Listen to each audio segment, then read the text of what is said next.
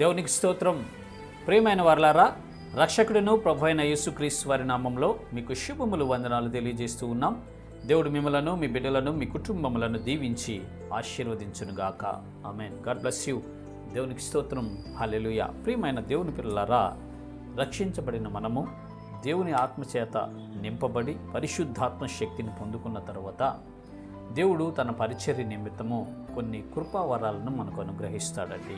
వాటిని పరిశుద్ధాత్మ వరాలని కూడా అంటారు. ఆ వరాలతో నింపబడితే మనము దేవుని యొక్క పనిలో అద్భుతంగా సాగిపోతాం. అంత మాత్రమే కాదు, కానీ మనకి ఎంతో సంతోషము, ఉజ్జీవము, ఆనందము, దేవుని యొక్క శక్తి మనలో నింపబడి ఉంటుందండి. అలాంటి దేవుని యొక్క శక్తి చేత మనమందరం నింపబడి దేవుని యొక్క కృపా వరాలు పొందుకొని ఆయన పరిచర్యలో సాగిపోవాలన్నది దేవుని యొక్క ఉద్దేశ్యము. దేవునికి స్తోత్రం. ఆ మాటలే ఇక్కడ భక్తుడి ద్వారా దేవుడు రాస్తూ ఉన్నాడు. మొదటి కొరింథీయులకు రాసినటువంటి పత్రిక 12వ అధ్యాయము 31వ వచనములో ఈ రీతిగా రాయబడి ఉంటూ ఉన్నది. ఆ కృపావరములలో శ్రేష్టమైన వాటిని ఆసక్తితో అపేక్షించుడి.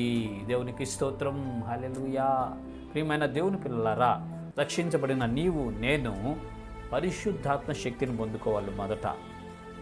ఆ తర్వాత దేవుని యొక్క కృపావరాలను మనము అడిగి పొందుకోవాలి, ప్రార్థన చేయాలండి. దేవా, మీ పరిశుద్ధాత్మ శక్తితో నన్ను నింపండి, కృపావరాలను నాకు అనుగ్రహించండి ప్రభువా అని ఆయన అడిగినప్పుడు ఆయన తన చిత్త ప్రకారము ప్రతి వారికి తన సామర్థ్యం కొలది, వారి సామర్థ్యం కొలది కొన్ని వరాలను పంచిపెడతాడండి.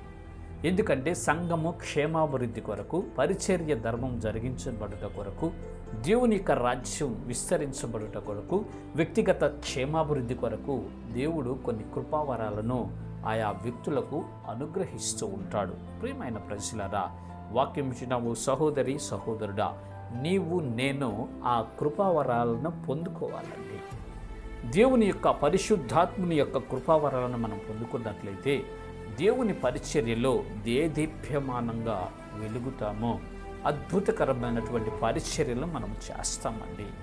అలాంటి కృపావరాల్లో శ్రేష్టమైన వాటిని మీరు అపేక్షించండి, కోరుకోండి అని ఇక్కడ పౌలు భక్తుడు తెలియజేస్తున్నాడు. పౌలు భక్తులకు కృపావరాలతో నింపబడిన వాడు.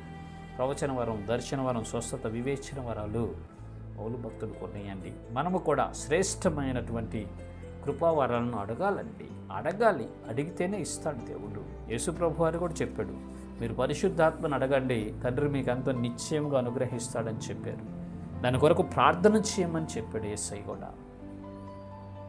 కాబట్టి మనము రక్షించబడ్డ మనము ఎక్కడ వేసిన గొంగలి అక్కడే అన్నట్లుగా కాకుండా ముందుకు సాగిపోవాలి.